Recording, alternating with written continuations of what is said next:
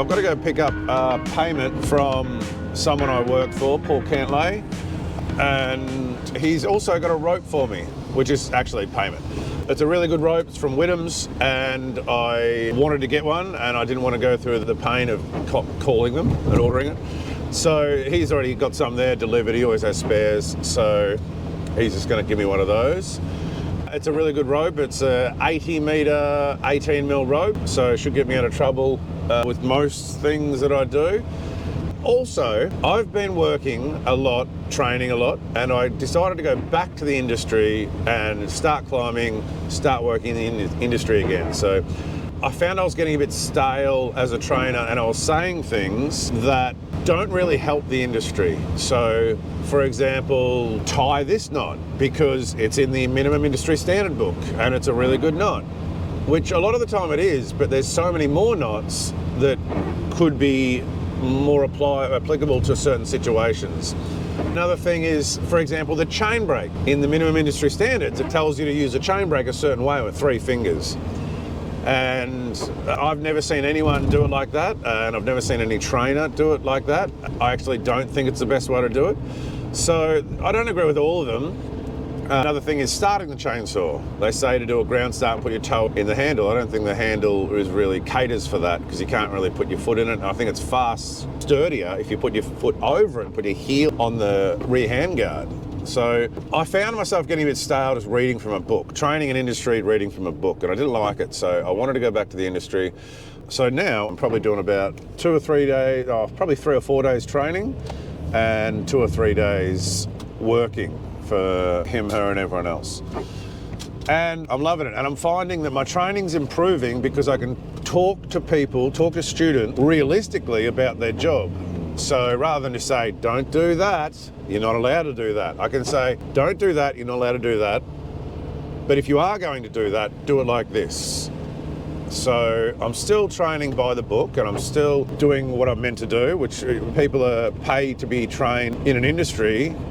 You're obligated to tell them everything by the book, which I do. And I make sure I do that and I maintain that with my students. But I do also have a conversation about the other things, just to let them have an idea about safety. And if you are going to do these things out in the field, then you need to really change the way you think about them because it might not be in the minimum industry standards because all these peer reviewing people have gone, or the data has proved that there's more injuries with one-handed use in a top-handled chainsaw. So I think we need to have that conversation, and me going back to industry has really, I think, helped a lot of my classes just by having the conversation rather than being told, don't do that, you're not allowed to do that. So I'm going to go pick up this rope and I'm going to try and weasel a little lesson out of Paul. He showed me a couple of knots the other day that I've never used, or I've done different knots, and he explained to me a way that made a lot of sense to me. So I'm going to show you these knots, if you will, and here's a couple of knots. Also, don't know where the conversation's going to go with Paul. It could go anywhere. So he loves a chat. He's a very vocal person in the industry. Anyone who gets on the local Facebook pages will know that. So here it is. Jesus. Whittam's ropes. In Seaford. How many years have you used Whittam's ropes for? Well, 25 years or something. 25 years. Nice, cheap, strong rope. Yep. All right, so show me this knot, joining 2 ropes together and rigging with it. This is just a sheep shank, but I put a minimum of 4 wraps on it. I find it binds better. You can do 6 or 8 wraps, it doesn't really matter. So we'd call that a sheet bend with extra wraps. Or sheet bend. Apparently it used to be something about sails and sheets being hauled around. That's right, the sheets bend. But when I tie it, you never sort of snug it right up into the head of the knot. Yep. So you don't snug it right up to there because then you're putting a really hard bend on that. That becomes your weak point. If you preload it and have it so that the knot actually bends like that, so that the direct line of force is going down and through and onto these constricting bends here, and more of the force load is put on the standing part of the rope. Like that, the standing part is the part being the working part, and that's your tail. So you want more of the force load of the haul actually on here, so that it's not on this point here. You bend your rope bend axis like that. You reduce the strength of the rope at that point by up to 90%. That's why pulleys are made for a certain diameter for your rope. Minimum bend radius to maintain the strength of your rope should be roughly 4 to 1. So if you've got an 18mm rope that you're working heavily, the minimum pulley size should be 80mm, so that you've got a very smooth bend radius and you're not putting too much pressure on the fibres here, because under really high loads those fibres will start to release on the outside of the bend and they'll start to break and snap, and that's where your failure occurs. All right, and when this is loaded up, I've seen it before, I'll try and find that video, this is still loose after it's been loaded up. Occasionally it'll go tight, but if you're really heaving on it with a big machine, it'll go tight and it'll all glue. But then to release it, you just cut the tail of that one there, you just put a knife through it, and we use these harvesting knives because you can't stab yourself, and we just cut it through there and it'll release, and then you can undo the knot without, so you can have a joint in the middle of the rope. How would you join, we could probably use both ends of this, how would you join two ropes of the same diameter? Same way? Yep, just the same way. All right. But you always use, just a note for that knot, is you always use this one here. You always use whatever, if they're the same diameter, it doesn't matter which one you bend. Yeah. But if they're different diameters, you always put the bend in the thicker diameter rope, and you always wrap the thinner diameter rope. Yep. And like on a rope like that. There's all sorts of other knots you can use, but this one is quick, easy to tie, and it's a rope easy not to train others to do. And visually, it's easy to inspect and see that it's tied right.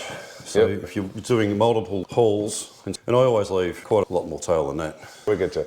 So in the pretty much what I train all the time. The Zeppelin knot is a good one. It's a complicated knot. It is complicated. I don't like it. It's too complicated, Yep. and it's not actually a very good knot for hauling up with, because it's too easy to tie it incorrectly and have the knot fall apart. And the setting of the knot takes a considerable amount of effort and skill. Yep. And unless it's set properly, it will fail. So some knots are good, but in the real world application, there's a better knot. You need to keep the knots as simple as possible to effectively do the work. And the good part about this knot here is, when it's tied in that sort of fashion and constricting on the standing part of the rope, this can be the middle of the rope, and you're not damaging the middle of a very long and very expensive rope by tying this knot. Where you try and tie a Zeppelin knot, you need two loose ends. This knot you can tie on any length of rope, very quickly, very easily, and the only sacrificial piece of rope is this tail end. So if you're pulling it really heavily and it does glue up and does sort of seize, so it's all fused, you just put a knife through there, cut that, break the knot apart. Nice. The expensive long rope is undamaged. Oh, beautiful. All right, what was the other knot we were doing? Oh, The double bowline. So the double bowline. So it's different to the one I tie, but I've been converted and changed the way I think about it now. Well, the double bowline for our purposes. Let's get around here. The double bowline for our purposes that we use, it's more of an anchor bend, which is simplified. It's in the Ashley Book of Knots. Been used by seafarers around the world for...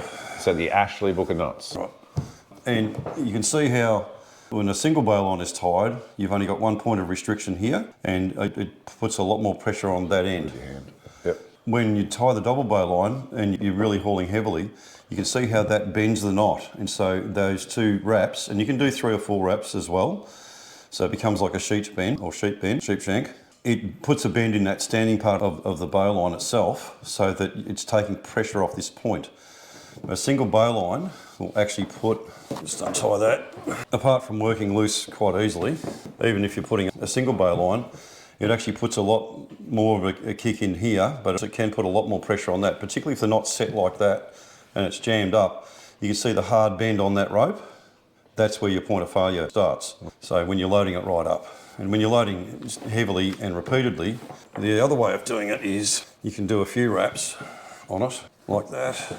And it makes it quite a cumbersome knot, but the good part about when you tie it like this, and you're doing really heavy hauls, you can actually loosen that head. You can see that line of pull, the force load, goes through into the standing part down here. The multiple turns give you a better grip and better restriction on the rope, much like a prussic does. And the top bend will stay a lot looser and a lot more malleable, pliable and workable when tied in that configuration. So like I said, I've come from training a lot and doing a lot of stuff by the book, and Paul comes from a lot of non-stop work, I guess, for how many? 43 years of non-stop work. Spent a fair bit of time at sea as well. So there's different experiences, different knots, different skills, and I'm learning a lot about knots already in the first few days of working with you, and crane work, etc. So what other knots you got? Well, this is one I use for all sorts of things. Let's have a look. This is, I think it's ABOC 1406. But I designed this knot years ago and then found out that Ashley had written about it 100 years ago because I had a prussic, a standard scaffold prussic fail. And after repeated use, and they do loosen up and do work loosen, but this is a double figure 8 joining knot. So just to show you what that does.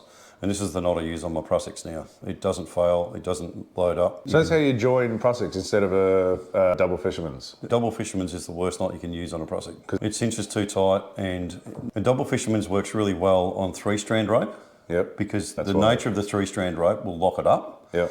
On braided lines, the rope tends to roll and work loosen. And I've actually had a failure and had a significant fall off a failed double fisherman's knot on a prussic. It was right. The ends were set too short. It was a prussic I purchased. Yep. The ends were set too short, and just working away, I didn't notice that it was working itself out. Wow. I've seen them where the core, you'll have a tail there, but the core's sucked in, and then it comes loose. So I don't use the double fisherman's on anything, and I advise people not to use it. Right. That's the first I've heard of that. This uses a lot less rope. See what people think about this one. It's a really quite a good knot. And I've had it tested on the bench. Yep. We tied it, was about a 4-tonne breaking strain, high tensile line. Yep. And it was tested on the bench to 2.4 tonne and didn't move. And alongside a double fisherman's, you could see the creep in the double fisherman's. Right. You could actually physically see it. We should have videoed it, but I was just for my own purpose. Well, we still can. Right, I reckon that might do us. That went well. Drove over the Dandenongs to Paul's house and picked up my new rigging rope, 18mm, 80 metre Whittam's rope. They sell them here in Seaford, I think, in Victoria. And he talked me through a couple of knots that I've learned over the last couple of days, or last few weeks actually, but a couple of days working with him. And they make sense to me. They're not in the MIS documents, minimum industry standards that I train people, but I'll probably have a look at showing some people some extra knot that make, in my opinion, I agree with Paul, they make more sense to use on site, far simpler, and from what I see, I think they're just better than what I do. My double bowline I did differently, and I have been telling people my way is better. But when you put things under load with an excavator and you really test them, you can really see his point of view and why his way is better. And I 100% agree. I think that's what I'll be using from now on when I'm pulling heavy loads with 2 ropes connected. Cheers.